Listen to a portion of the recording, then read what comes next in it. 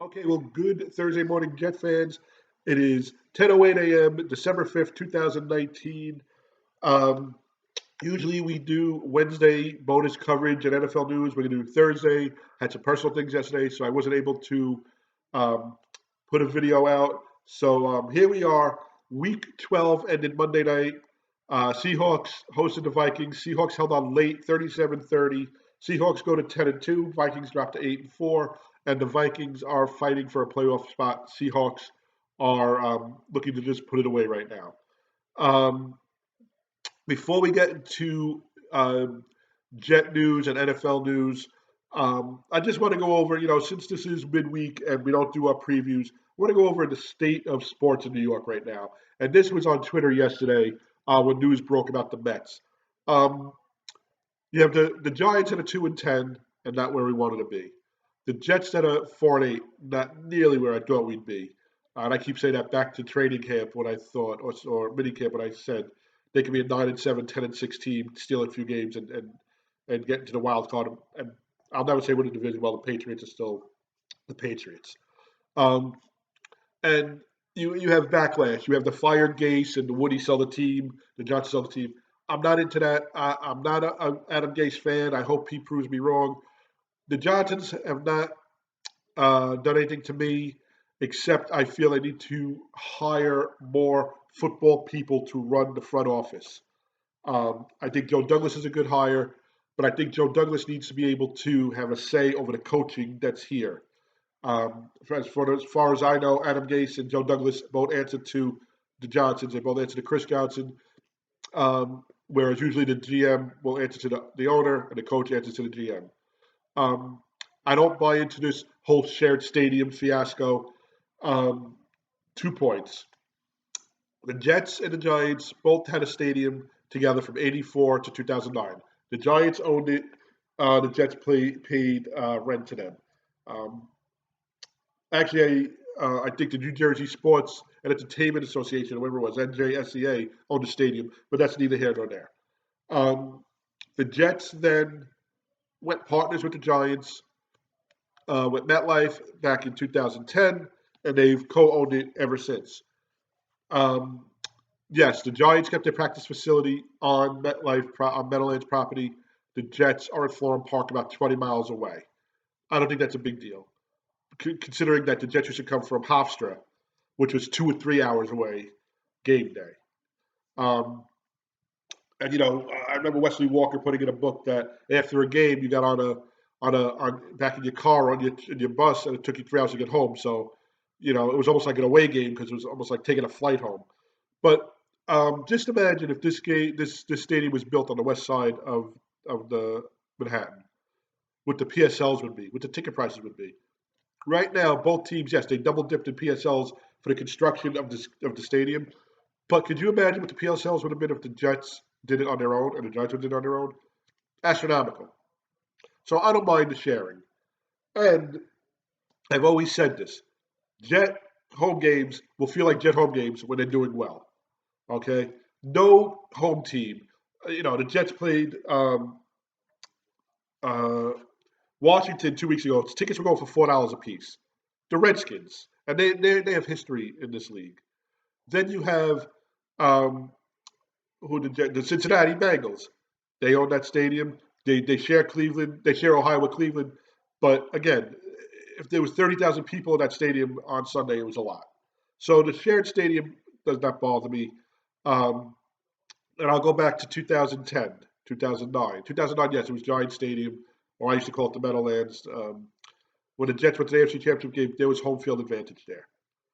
That that that season, Rex brought in home field advantage. '98 with Parcells was home field advantage. 2010 home field advantage. Nobody in the 2009 2010 run said, "Oh, geez, if the Jets had their own stadium." No, because if the Jets would have had home field in the playoffs, they would have probably won that game against Pittsburgh. They probably would have beat Indianapolis, but they didn't, and they're on the road. It had nothing to do with who owned the stadium. So I have no problem with the Johnsons. You go to baseball, Yankees never had a problem with the Steinbrenner family. Um, we came within a game of the World Series. Now finding out that the team that we played against, the Yankees played against, cheated on a lot of play pitch calling and pitch stealing and sign stealing. Hey, if that's part of the game, it's part of the game. But this Yankee team next year has to take the next step. So I have no problem with the Steinbrenners. Um, you go to the Wilpons, and everybody has a problem with. They had the problem with Bernie Madoff with the Ponzi scheme and the money, and they don't spend. And yesterday, news broke that the Wilpons will be selling the Mets and giving up power within 5 years, which is amazing. I think Met fans were rejoicing yesterday because not even now, but they figure within 5 years they'll have a team to be built. So that just goes to show you how far it's been since championship. The Knicks won 4 games all season, and the Dolans are not liked. Um, the Nets are not living up to what they're supposed to be living up to in Brooklyn. Um, the Rangers still owned by the Dolans as well, but John Davidson runs them, and there's no really backlash against the Rangers. They're an up and down team. They're a growing team. They have a young coach. They win games 3-2. They lose games 6-0. They come back from games down 4-0 to win 6-4.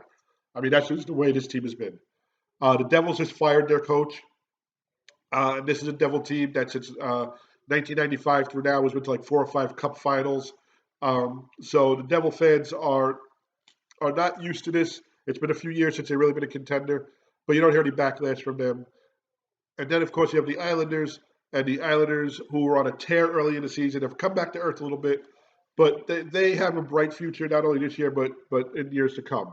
So and they have that the new arena they'll be playing in. So Islander fans, everybody are pretty much okay at this point.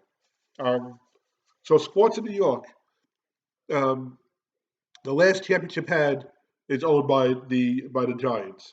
That was 2011 when they beat the Patriots. Then you have the 2009 Yankees. Then you have the Devils throughout the 90s and the 2000s. And then you come to where it's mostly, it's usually Met, Jet, Islander fans because it's a Long Island based franchises. Um, and Mets 86, Jets 68, 69 season, Islanders 84. I know many Met, Jet, and Islander fans. I also know many Met, Jet, Ranger fans. Um, I'm a Yankee, Jet, Ranger fan, and if it wasn't for the Yankees, my last championship would have been '94. So that's sports in New York right now. I think the big news is not only the Mets, principal owners selling the team, but also that Greg Schiano came back to Rutgers. So that's where we are. I'm not into the whole flying the plane and the flag and fire gates, and so I'm into how this team is going to get better. And I hope it's soon. I hope Adam Gase proves a lot of its critics wrong. I, for one, don't think he's a coach that can build this team. I think he's a coach who can come in and take a built team who is made to win and just move along with it. Um, and so getting to week 13, um, the Bears will open it tonight against the Cowboys. The Bears will be home. Cowboys trying to keep first place within the NFC East. And this week, Ron Rivera was let go by the Panthers, and he's had an up and down um, career with the Panthers. He brought in a new culture there. He brought them to a Super Bowl. Um, he had some issues, also with Cam Newton, and just it hasn't been with there. And they fired him late in the season. From what I heard, he is a class act. The team liked him. The people around the organization liked him. So, he gets let go. Um, so that was really the first NFL news this week. Um, Eli Manning will get the start against the Eagles Monday night as Daniel Jones has an upper ankle sprain.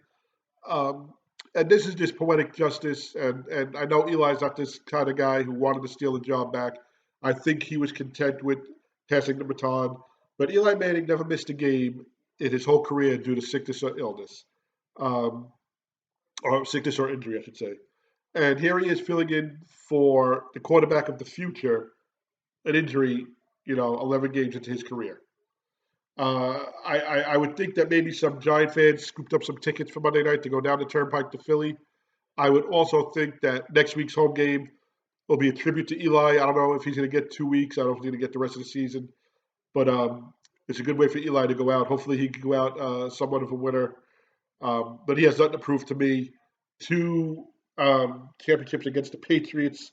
Um, the streak of uninjured game time being missed, and he's always been a class act as far as I'm concerned on and off the field. Injury to the Jets. Jamal Adams had a walking boot on Sunday. He took that boot off yesterday. He did not practice. He is week to week. I doubt he'll play this week. He's been a very somber person in front of the cameras.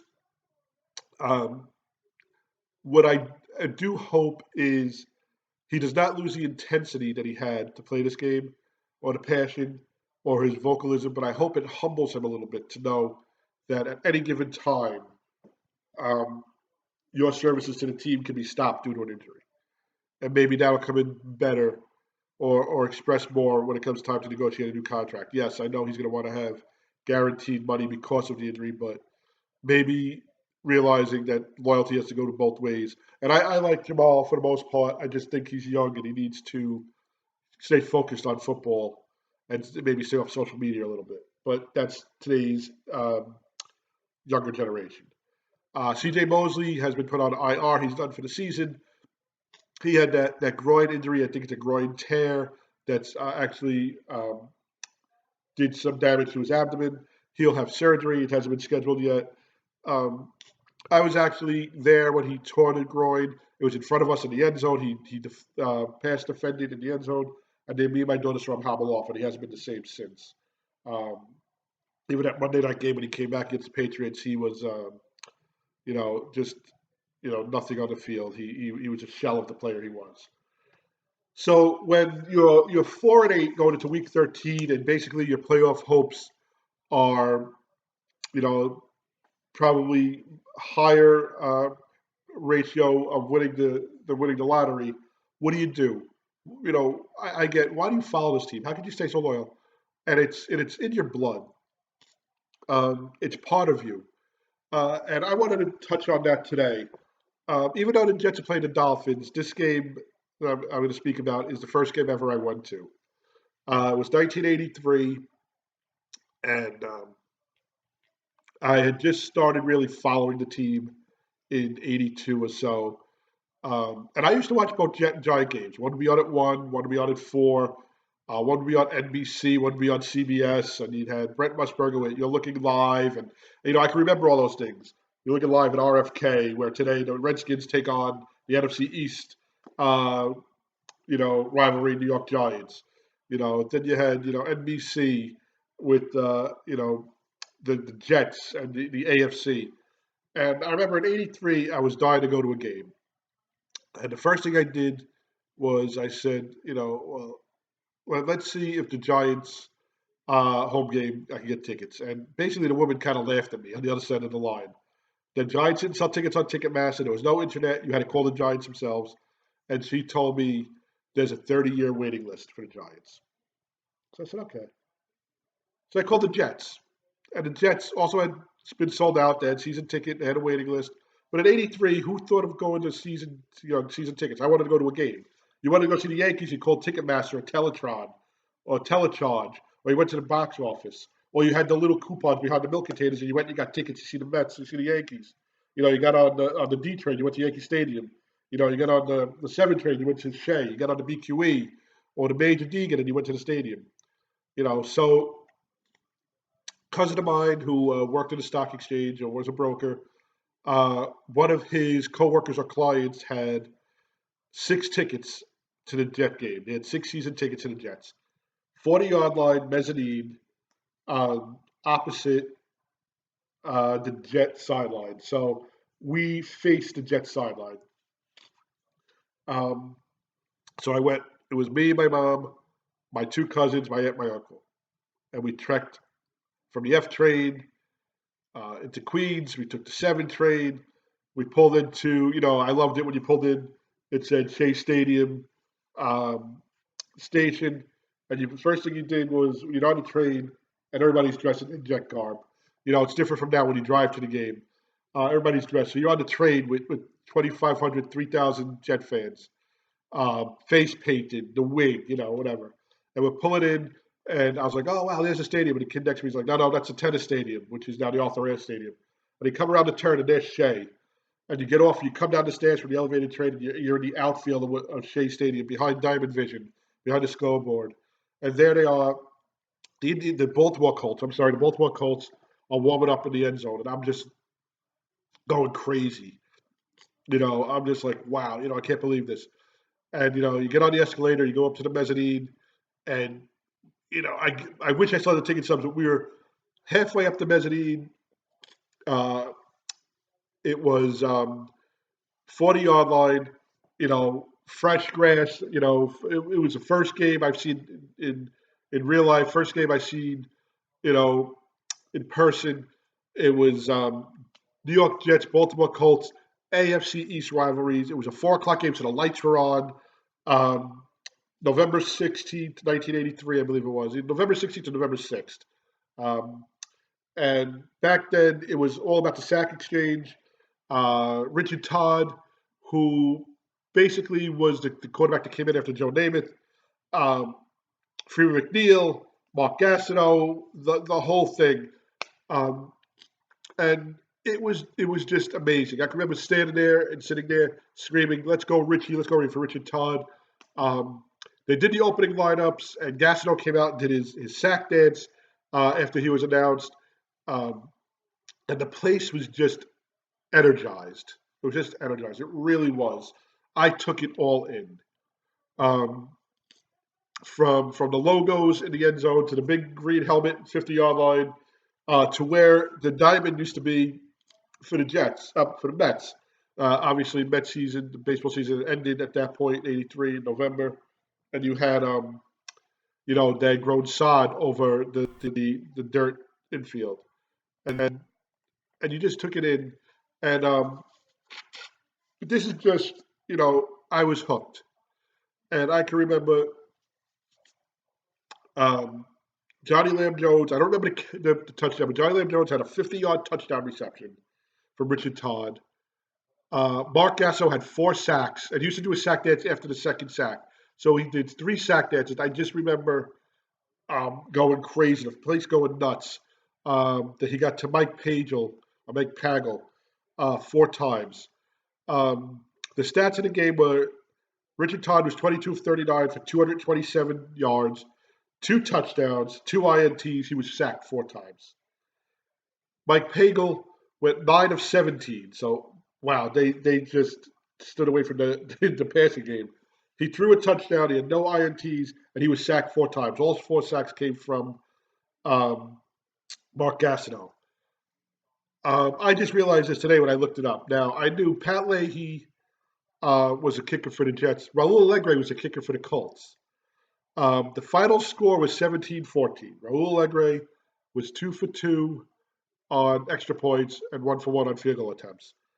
Leahy was 2 for 2 on extra points. He missed a field goal, 17-14. And that just, it chuckled because that's just a history. It came down to the Jets missing a field goal, the Jets turning it over. But I can remember walking out that day, and I think I bought a T-shirt. Um, I bought a Jet pen. I forgot. You walk out first game. You buy stuff at the concession, and I was hooked. It was no more Jets and Giants. It was Jets for the most part. I never rooted against the Giants unless they played the Jets because I felt they weren't rivals of us. Um, but I had that Jet pen for many years. Um, the old logo, which I don't know if I have it behind me. I have it somewhere in here with the airplane going over the top where it said Jets. Um, and I was hooked. It was in my blood. From that point on, I watched every single game every week. Um, that's how I became a Jet fan. It was 6 of us. It was, you know, me and my 2 younger cousins who had never been to a professional game before. my mom at that point, who got me the tickets through family members. Um, my aunt, my uncle, um, my uncle who worked for the MTA, who took us on the train. Who I got a funny story about that. So we take the train there, and I'm a young kid, and I'm all excited about going to the game. But now after the game, you try to get home. It's after 7, 8 o'clock at night. It's dark, and you still have an hour and a half, 2 hour trip on the train back to Brooklyn. And we get on the train, and there's a bunch of teenagers on the train, and they're really just acting the fool. They're just putting on a show. And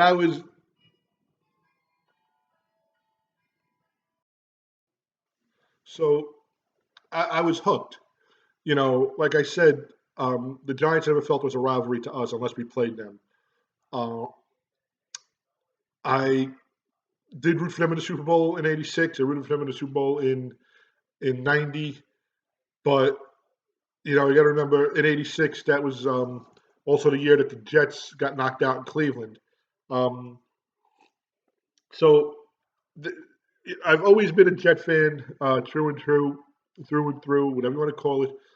Um, it's part of me. Uh, you know, to go into it further, years later, I went to a Monday night game against the Bills with my father at Meadowlands, and the Jets were on a good team that year. I believe it was 88, 1988. Um, and again, I had my Jet shirt on and whatnot, and that then I started realizing almost like the cult, that it was.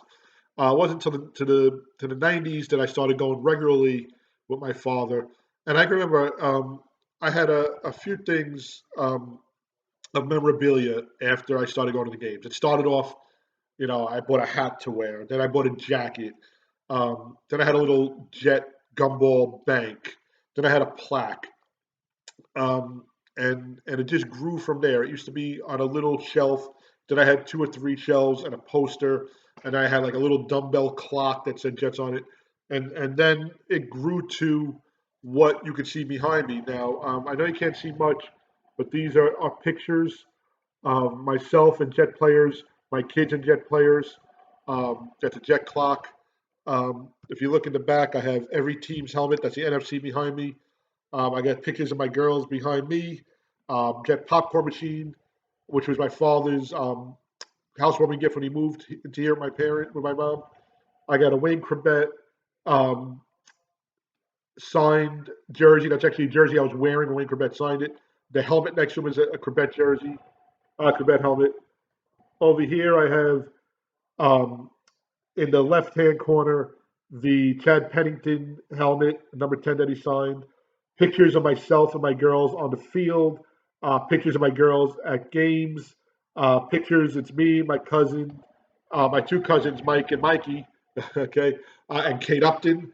And then let me see if I can turn it this way. That's the AFC with some signed footballs um, by the Jets, um, and all the AFC helmets. So it becomes part of you. Um, from the tailgating, if anybody tailgates, to following the team in March. You're logging on, you're looking for something. I can remember back in '98, I was at the office, it was my lunch hour, and I would go on. Back then, it was AOL, dial up, and I log into AOL and I go to New York Jets, and there's Bill Parcells, Adrian Morrell, Mo Lewis, and I forgot who else they had with the new Jet uniforms. It was the uniforms that I have here on the clock when the Jets went back in time. That there was nothing made, um, any news made available on this in the outlet of the newspaper or on the news. There was really, you had to go on the internet to look. But back then, even NewYorkJets.com, back then it was www.NYJets.com, didn't have anything until you logged on. They didn't even have a sneak preview. This was just something they put together that very few people knew about.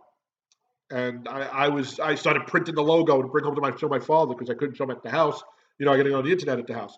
So it was things like that. And then right away, as soon as they released the logo, I remember going into, they released the logo. I guess it was February or March. It was after the Super Bowl. Going into Brooklyn because Modell's in Brooklyn was the only store, and I had a cousin that worked there that had the Jet stuff that wasn't sold out. And I remember getting like 2 or 3 hats and getting a few T-shirts and whatnot. And it is what it is. And like this year when they came out with the new logo, last year I kept saying I need a new jacket. My girls need a new jersey. I need some new shirts. And I told her about it. Told my wife, told the kids, don't get anything for me for Christmas. They come out with a new logo next year. And that's what I did. I waited April. They made the announcement. They showed the logo. They had the whole. It's so much different than the last time. The last time it was, in front of a few people at an undisclosed place, really. And here it is, you know, and they have a DJ and lights and opening act, and it was just crazy. Um, and I was all up on that, and you just, it's a part of you. And it starts back to November of '83, where I really, really felt the passion of this team. And it's my best friend who helped me with this website, who helps me with this website, and we'll pass ideas off each other. We'll talk every day about this team. Says it's a labor of love. Um, you know, I go places and they'll say, oh, how did how's your team do? Oh, your team looks good this year. Your team is looking good. What's going on with your team? Your coach is crazy. That Rex guy. He's a little too much. He's all. It's just the spike game. It's just you go everywhere. I'm a DJ. My laptop for my DJ is in a jet bag. You know, I and wear colors 365. Whether it's a hat, whether it's it's a shirt. So I don't have a jet shirt on now, so I have the jet hat on. I wore a jet jacket this morning to church. It's just the colors are the colors. It's crazy. Um, it's you want to support this team, you want to love this team, and in the back end of it, you want them to love you back. Um, that didn't sound too good, but I should say in return, you want them to love you back, and love you back is you want success. And this team right now has not been successful. I think with Donald and Jamal and even Le'Veon, who I think is being used incorrectly. And I don't know if it's because Gase didn't want him on the team, but he's only spiting himself.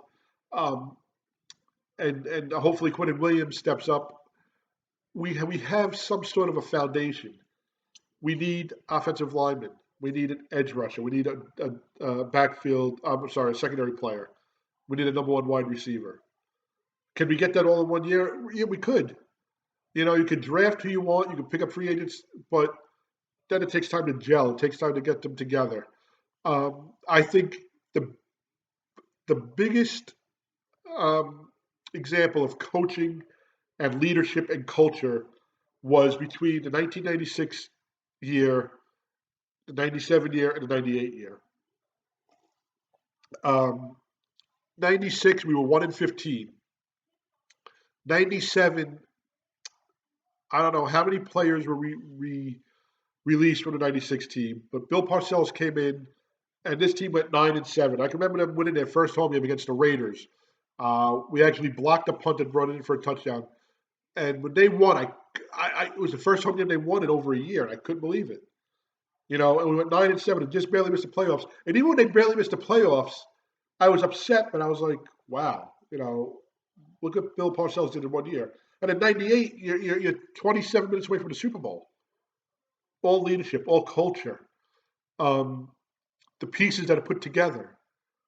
Uh, we are missing pieces, but there's a framework here.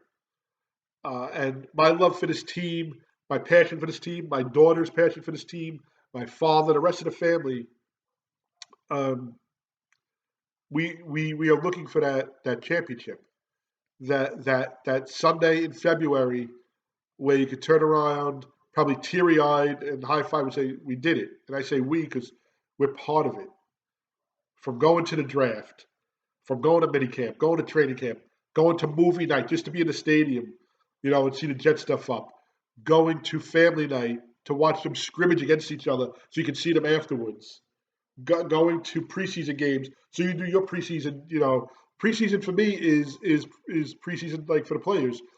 Setting up my tailgate stuff, what works, what doesn't work, what I need, what I don't need, um, and then through the regular season and beyond. Um, I know I'm going off on tangents. I started off with the first game I went to, but in 2010 when they did Hard Knocks, I was so excited to watch it. I remember watching the preview. I watched Hard Knocks every week, and there was a portion where um, I don't know if it was on Hard Knocks or something that Rex signed the bus. It was I don't know if it was the NBC bus or whatever bus, and he signed it. Rex Ryan, New York Jets, soon to be Super Bowl champs. And I was like, yes, yes, we're gonna win the Super Bowl. Yes, let's get to it. And I realized, no, you want to enjoy the season. You want to enjoy the ride. '98 was so enjoyable. There wasn't a doubt in many games that we would lose. Um, that's one of the very few seasons I can say there wasn't a doubt. Even in Denver, the one thing I said was I wish we could play Denver at home, but 10, excuse me, up 10-0. Excuse me, and having Elway run for his life, I thought we were going, and we would have beat that Atlanta Falcon team the week after we beat them during the season. Um, but that's the passion of a Jet fan, and that's why I do the website, which of course is www.nyjetstories.com, www.nyjetstories.com. I do the Facebook page, NY Jet Stories, which is a Facebook page name. I'm tweeting all day, Twitter handles at NY Jet Stories. And why I do these videos, because if I had to write this out as an article, this would be 12 pages long.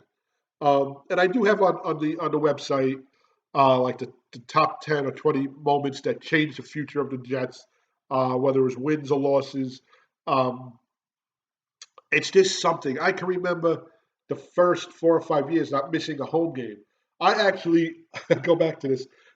In '96, the year that the Jets went 1-15, I had tickets to Game 2 of the World Series, which was supposed to be a Sunday. I'm sorry, it was supposed to be a Sunday night game, I believe.